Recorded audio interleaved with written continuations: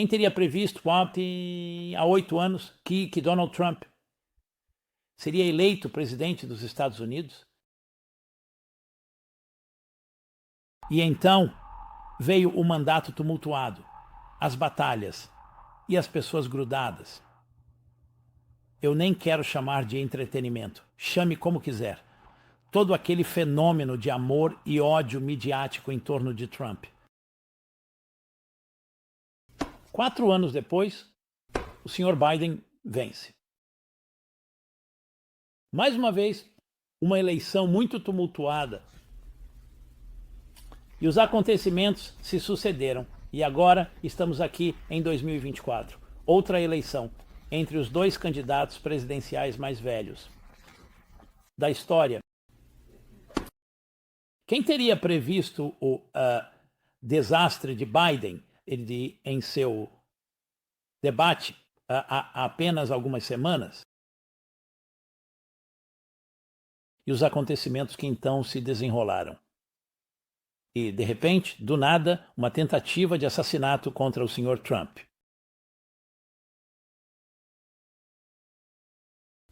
E então, com toda a pressão, Biden sai da corrida. E Kamala Harris, assume o seu lugar. Tudo acontecendo enquanto falamos. Quem sabe que outras coisas imprevisíveis ainda estão por vir? E isso é só na área da política dos Estados Unidos. E olhando para o mundo todo, temos a guerra na Ucrânia, a guerra no Oriente Médio que infelizmente se arrasta, com mais uma vez, incertezas pela frente. Vamos agora para o mundo da tecnologia. Tecnologia, muitos de nós somos velhos o suficiente para lembrar do nascimento da internet, pelo menos para o público. Em meados dos anos 90, e de como isso começou a mudar. A forma como nos comunicamos, como fazemos negócios, praticamente todos os aspectos das nossas vidas. Em muitos aspectos para melhor, mas ainda assim uma mudança imprevisível. E então há os desenvolvimentos exponenciais, que continuam a criar ainda mais mudanças. E lembre-se do surgimento do YouTube e da Amazon. A Amazon, como ela revolucionou o varejo até os dias de hoje. Quantas lojas fecharam? Quantos pontos de venda? Uma nova forma de fazer negócios. E com todas as dores de crescimento que isso traz. E agora falamos sobre IA, uma nova revolução. E para onde isso vai nos levar?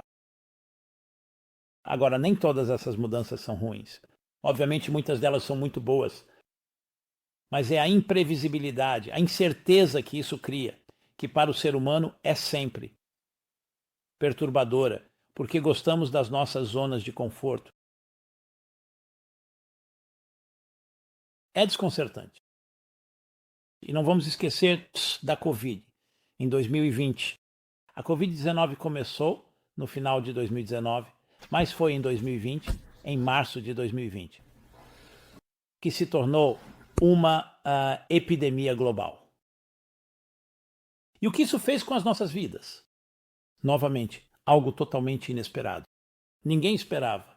E a perturbação que isso causou.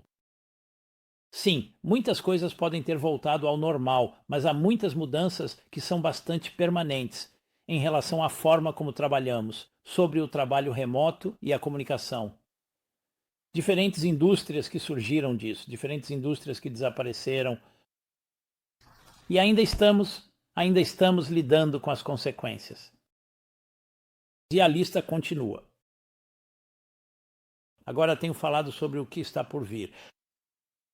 Nesta campanha presidencial, um Trump enfrentando uma Harris e toda a polarização. Quero dizer, parte disso é simplesmente é tão ridículo, mas doloroso. O que está acontecendo em nossos campi, graças a Deus, acalmou um pouco. Mas para onde quer que você olhe, há perturbação. Eu já chamei isso de era da perturbação. Quando os títulos forem escritos e olharmos para trás, perturbação. Agora, perturbação. Quando soa muito negativo. Assim como incerteza. Como eu disse, isso nos deixa desconfortáveis porque gostamos de previsibilidade. Queremos saber o que vai acontecer amanhã. Não queremos surpresas. E ainda assim, elas acontecem. E no nosso caso, com a tecnologia, tudo é amplificado. Então, qualquer incerteza agora se torna uma incerteza coletiva. Um rebanho, se preferir, um rebanho de incerteza. Isso só cria mais desafios porque todos estão falando sobre isso. Não são apenas seus próprios sentimentos internos, isso é compartilhado. Então, como devemos olhar para tudo isso?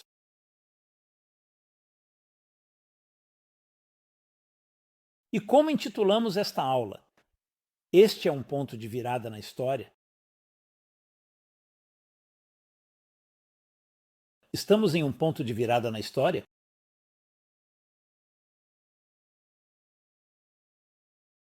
E a resposta é sim, estamos. E é sempre melhor perceber que está chegando do que não perceber. Então, você pode olhar para a disrupção e a incerteza como algo negativo. Sabe, eu estou confortável e de repente você me diz algo que eu não sei, e eu não sei o que vai ser e o que vai acontecer amanhã. Ou você pode dar um passo para trás e talvez abrir mão de um pouco da sua necessidade de controle e dizer: deixe-me surfar as ondas, vamos navegar. Talvez estes sejam sinais de uma nova ordem mundial. E o que isso pode fazer por mim e o que eu posso fazer para fazer parte disso, para que isso aconteça de uma forma saudável? Então, em vez de a disrupção se transformar em medo e insegurança, ela pode se tornar uma oportunidade empolgante de mudança. E é exatamente assim que devemos encarar as coisas na vida, tanto pessoalmente quanto coletivamente.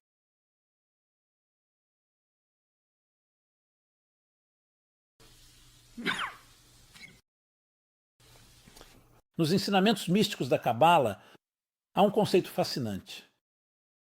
Vou dizer em hebraico e depois traduzir. Chama-se um processo de 3 etapas. Todo crescimento, toda mudança de paradigma, toda metamorfose exige 3 etapas. O paradigma, o passo, o estágio em que você está agora. Esse é o primeiro passo. O terceiro passo é o novo paradigma, que é criado, que nasce. E o meio é chamado de vazio, um vácuo, que cria a mudança e a ruptura necessárias. Para passar do primeiro sim, do primeiro estado, do primeiro paradigma para o novo paradigma. Agora, por que precisamos desse estado disruptivo? Por que precisamos de algo que é desconfortável? E só para dar alguns exemplos, você planta uma semente na terra. Ela vai se deteriorar, apodrecer, enquanto se transforma em uma muda e depois floresce. Você pode até ver esse processo hoje. Você pode fazer isso com uma planta no seu parapeito de janela. Uma mãe passa por dores do parto e dores da gravidez para dar à luz uma nova criança. Um ovo precisa se quebrar para o pintinho sair. Um pedaço de ouro precisa ser derretido para se transformar em um belo ornamento. Precisamos descartar uma camada de pele para assumir uma nova. A criatividade é filha da frustração. Acabei de dar vários exemplos. Em qualquer lugar onde você vê um crescimento real, sempre haverá uma ruptura que o precede. Porque não é uma ruptura, é uma transformação. Porque enquanto você mantiver o paradigma anterior, você só terá uma extensão dele. Ele vai continuar sendo uma semente. Você não quer a semente. Você quer que ela cresça e vire uma flor, uma árvore, uma planta. É por isso que você precisa mudar esse estado para transformá-lo em outro estado. E se você não fizer isso, ele vai permanecer onde está. Veja a borboleta, enquanto ela passa pela metamorfose de lagarta. A lagarta entra no casulo de seda, e passa lá o tempo que for necessário. Se você não soubesse, jamais imaginaria que são a mesma criatura. A lagarta então se transforma em uma borboleta, que pode voar. Uma lagarta que antes só conseguia rastejar pelo chão, pela terra, agora voa. Uma borboleta monarca. Lembro-me de ter lido um livro, era um livro fascinante. Foi escrito como se fosse para crianças, mas traz grandes lições para adultos sobre a consciência, a psique de uma borboleta e a de uma lagarta e depois a psique de uma borboleta. Será que a lagarta sabe que vai se tornar uma borboleta? Será que a borboleta sabe que já foi uma lagarta? E quando entra naquele estado escuro, será que sabe que está se transformando em uma borboleta? E vai haver dor e desconforto por causa da mudança. E às vezes as maiores transformações vão causar os maiores desconfortos. Pense nos lagostins, enquanto eles trocam de casca. Isso acontece porque seus corpos cresceram e eles ficam tão desconfortáveis que acabam trocando a casca para assumir uma nova. Isso me lembra de uma analogia. Havia uma pessoa assistindo ao casulo se abrindo enquanto a lagarta se transformava em borboleta. E ele vê a borboleta lutando para sair do casulo. Então, em sua compaixão, ele decide ajudar a borboleta. Ele pega uma tesoura, uma faca e corta o casulo para que a borboleta possa sair livremente. E para sua decepção, ele espera. A borboleta permanece pousada no galho, sem nunca voar, e ele não percebeu o que havia feito. Parte do processo de aerodinâmica que a borboleta precisa para voar é a pressão em suas asas, um líquido que se espalha por elas. E isso é desenvolvido através da luta da borboleta para sair do casulo. É a luta.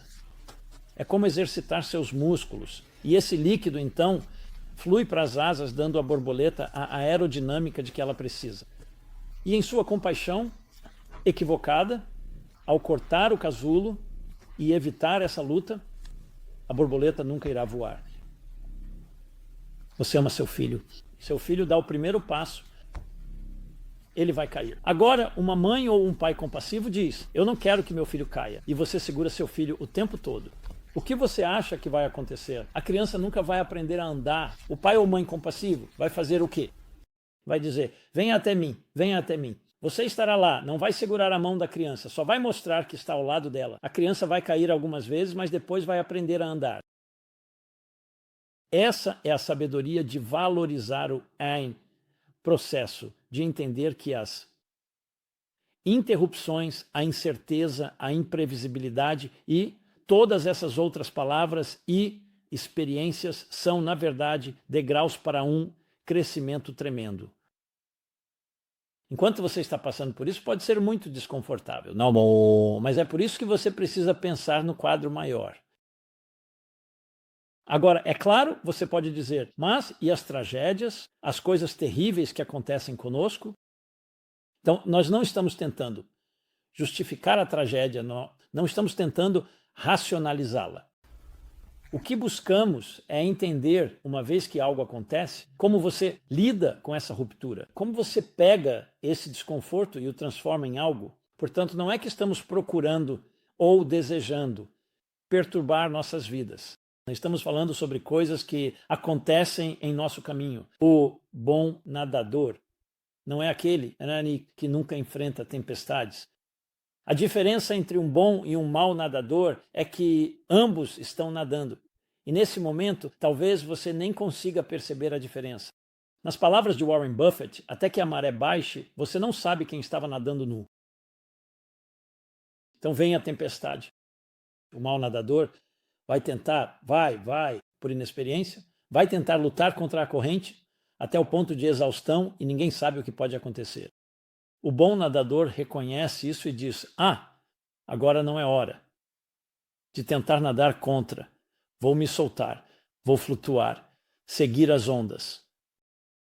Sabe como navegar em qualquer situação. Você vê isso com grandes atletas? Não é só a força deles, é saber como navegar, como responder da maneira certa. O mesmo acontece na comunicação. Não se trata apenas de ter suas ferramentas, mas de saber como ser flexível, e como navegar pelas vicissitudes, pelas reviravoltas, pelos altos e baixos, incluindo a incerteza. Então, quando há uma incerteza que você não pode combater, ou seja, algo que você pode resolver, resolva, claro. Mas se for algo que você não consegue resolver, talvez não deva tentar resolver. Aprenda a surfar sobre isso, passe por isso. É assim que realmente crescemos. Então, quando olhamos para o mundo de hoje, especialmente se você acompanha as notícias a cada minuto, o que eu não recomendo, na verdade, eu desencorajo fortemente as pessoas de fazerem isso, porque isso alimenta todas as nossas inseguranças e todas as nossas dúvidas, e só coloca medo em nossos corações. Talvez seja bom para voyeuristas ou talvez seja bom para entretenimento. Mas desde quando o voyeurismo e o entretenimento são a melhor forma de se estimular? O que a pessoa sábia faz? Como diz o Talmud, quem é o sábio? Aquele que vê o nascimento. Ele vê o nascimento. Ele vê as consequências, ele vê os resultados. Ele não olha para a gravidez, ele olha para o que isso vai trazer. Ele vê um ovo, ele sabe que isso vai dar origem a um pintinho. Ele vê uma ruptura, ele sabe que algo novo vai surgir. Olhar para frente, olhar para o quadro geral. Ruptura no cenário político e na tecnologia, no mundo, na economia e em tantas outras áreas. Esta é uma oportunidade de perceber que sim, estamos em um ponto de virada na história, mais do que nunca. E qual é o verdadeiro? Para onde estamos indo?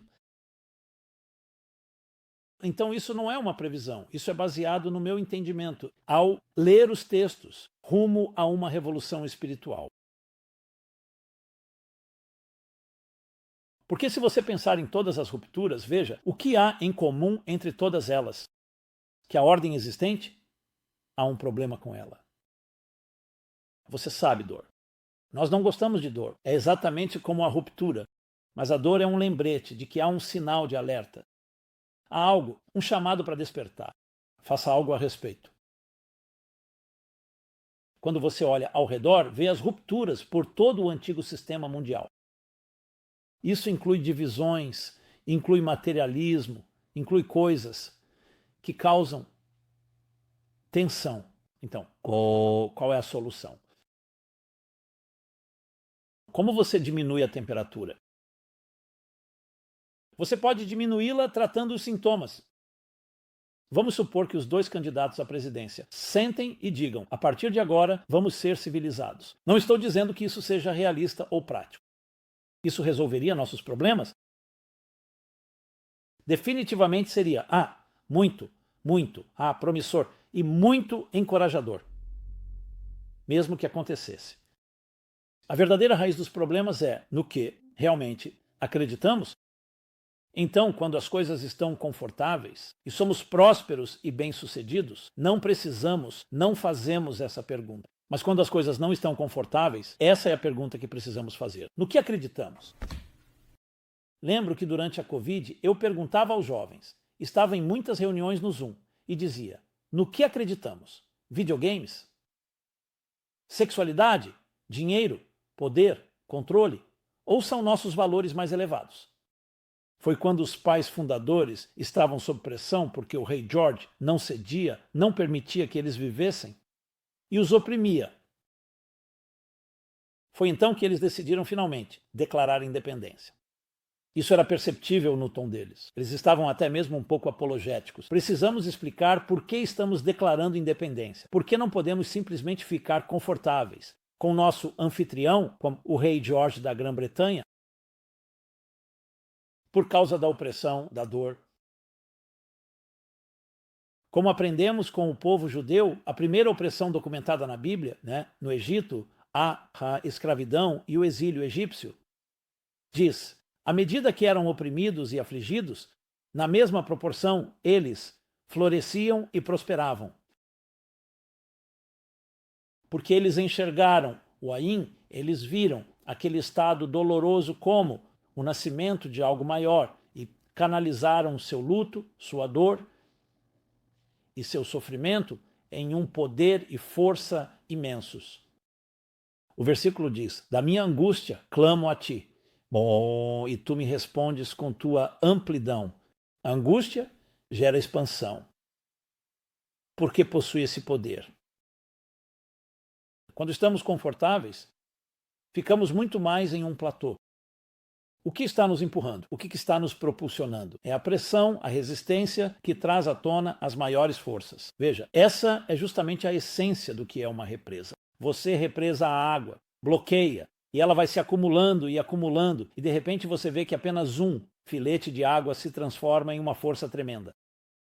É isso que toda resistência faz. É aí que estamos em nossas vidas. Mas você precisa sair da mentalidade do aqui e agora, da gratificação instantânea, da mentalidade de fast food, de resultados imediatos, porque essa mentalidade diz: ei, o que vamos fazer agora para explorar essa oportunidade? E neste exato segundo, estou confortável, não estou confortável. Mas aqueles que enxergam o nascimento, que veem o quadro maior, são esses que realmente vão se beneficiar da transição de um paradigma para outro.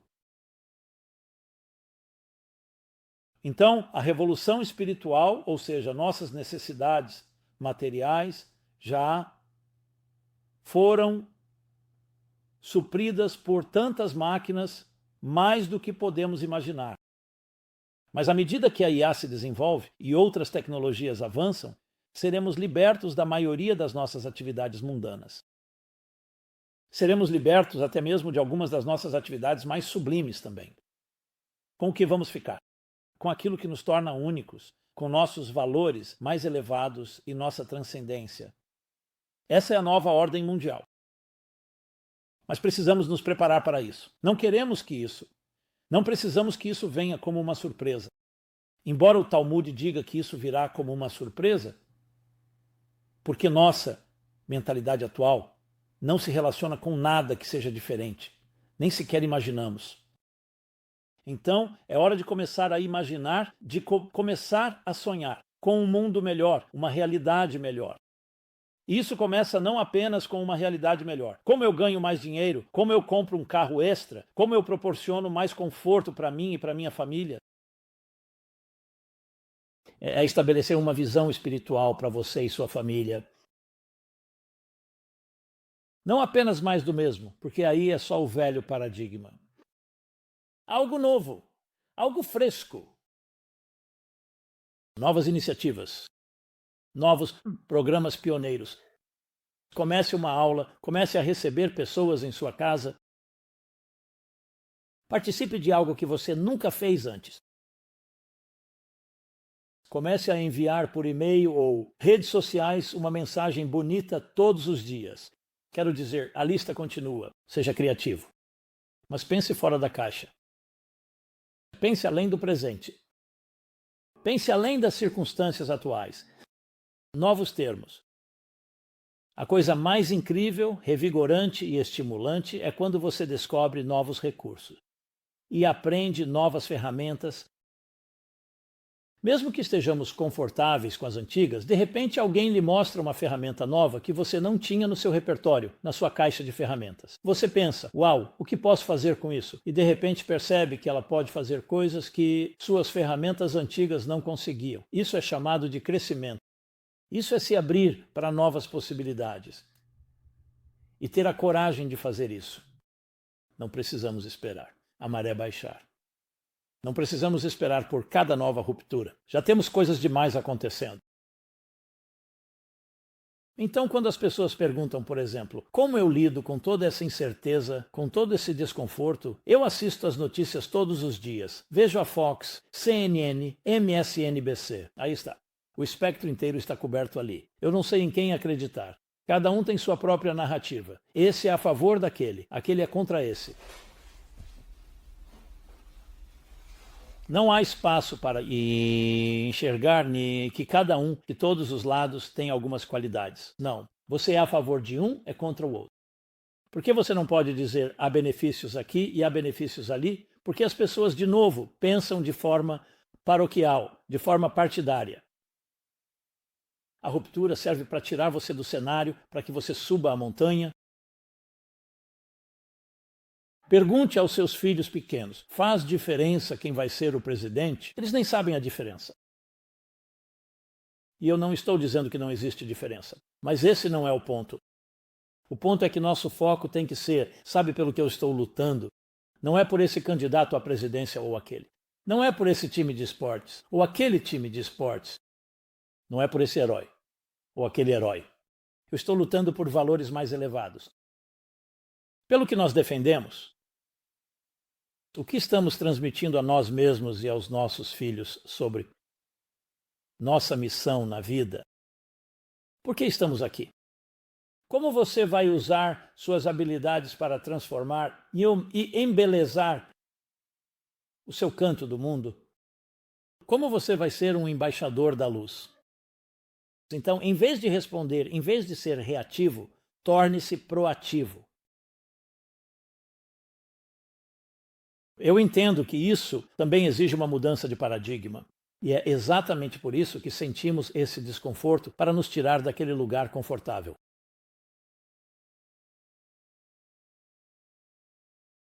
E eu já compartilhei isso antes. Eu me lembro quando criança que aprendi a nadar naquele verão. Nós tínhamos uma piscina. Às vezes estávamos em um lago, no oceano. Então eu decidi, não sei, eu tinha uns 8, 9 anos que queria aprender a mergulhar. E eu via algumas pessoas mergulhando. Eu adorava a elegância daquilo. O mergulho do cisne tinha o mergulho do nadador. Aprendi diferentes tipos de mergulho. Lembro que subi na prancha de mergulho todo empolgado. Fui até a ponta, pronto para pular, e de repente senti um medo enorme. Eu não conseguia me forçar a pular na água. E não era nenhum salto muito alto. Ok, voltei. Vamos tentar de novo. Na prancha de mergulho, a mesma coisa. Travei. Ok, vou contar até 10. 1, 2, 3, 10. Não. Vou contar até 100, vou contar até 1000. Você sabe como é. E dia após dia, no verão, eu não conseguia me forçar a mergulhar. O verão acabou. Voltei para casa e realmente não tive chance de nadar durante o ano. No verão seguinte, ok, agora estou aqui mais velho. Então eu decido, sabe de uma coisa? Já que estou indo para a prancha de mergulho, por que não fico na beira da piscina e pulo? Eu não conseguia me forçar. E qual era o problema? Eu disse, eu sei nadar. Não é como se eu tivesse medo de água, uma vez que estou debaixo d'água e estou em pé no fundo. Então qual é o grande problema? Qual é a pior coisa que pode acontecer? Você cai, faz um barrigada, como dizem. Quero dizer, aquela velha lenda urbana de que sua barriga vai estourar porque você acabou de tomar café da manhã. Do que eu tinha medo. É uma coisa se alguém me diz, ok, eu tenho medo de água. As pessoas simplesmente têm medo. Você diz, eu não quero entrar na água. Esse não era o problema. Então eu decidi, tive uma ideia. Eu vou sentar, em vez de ficar em pé, vou sentar na beira da piscina e simplesmente me deixar cair. Isso não deveria ser difícil. Comecei a contar de novo. A contagem, o mesmo problema. Até que algo aconteceu. Sabe o que aconteceu? Eu estava sentado e contando. E um amigo meu me tirou da minha tortura. Fazendo o quê? Ele chegou sorrateiramente por trás de mim e me empurrou para dentro, enquanto eu fazia isso. E foi isso. Depois que fui empurrado, olha só, consegui ficar de pé e mergulhar. Voltei para o trampolim, aprendi a mergulhar, esse tipo de mergulho, aquele tipo de mergulho, nunca mais tive problemas. E eu sempre me perguntei até hoje, qual era o problema? E percebi que o problema era o ferro, entre a cinza e a cinza. Sim, eu sabia como ficar em pé no chão e sabia como estar na água, mas naquele segundo em que você não está nem no chão nem na água, subconscientemente minha mente travava, ela ficava paralisada, de medo, porque é esse o desconhecido, o que acontece quando você está suspenso. Depois que você está na água, nenhum problema. Depois que você está no chão, nenhum problema. Então existe um certo medo que todos nós temos de sair da nossa zona de conforto. E é por isso que às vezes precisamos ser empurrados. Mas não estou sugerindo que alguém te empurre contra a sua vontade. Estou sugerindo que você convide alguém em quem confia para te dar um empurrão. Essa é a minha mensagem principal. Sim. Deixe que as rupturas nos impulsionem, sirvam como catalisador, como trampolim para um crescimento tremendo, um crescimento sem precedentes. É isso que os prazos fazem. Como escritor, posso te dizer isso. Como palestrante, se você não tem prazos, se você não tem cronogramas, veja, eu ainda estaria sentado pensando, 20 anos depois, talvez desse jeito, talvez daquele jeito. Você precisa dessa pressão. Uma azeitona não produz óleo até ser pressionada. E isso, meus amigos, é o que está acontecendo em nossos tempos. A ruptura, a incerteza em todo lugar. Estamos vivendo um ponto de virada na história. A escolha que temos é duas. Bem, três, eu diria. Ou você entra em negação e simplesmente se enterra e ignora tudo. Ou fica completamente perturbado e desestruturado pela incerteza, ou transformas a incerteza em combustível para o crescimento, tornando-se parte ativa na formação do destino que se desenrola na sua vida e na vida do mundo. E um bom pensamento, uma boa palavra, né, e uma boa ação podem mudar tudo e trazer redenção pessoal e global. Muito obrigado. Aqui foi Simon Jacobson, meaningfullife.com. Por favor, inscreva-se neste e em todos os nossos programas, incluindo nosso canal no YouTube. Compartilhe com outras pessoas e adoraria ouvir seu feedback, pensamentos, comentários, perguntas, contestações. Então vamos. Lá vamos manter as coisas em movimento. Inicie, seja proativo e fique animado com o desconhecido que está por vir, porque isso nos levará ao melhor futuro possível. Fique bem e seja abençoado. Este programa é oferecido pelo Meaningful Life Center. Por favor, ajude-nos a continuar com nossos programas. Faça até mesmo uma pequena contribuição em meaningfullife.com/donate.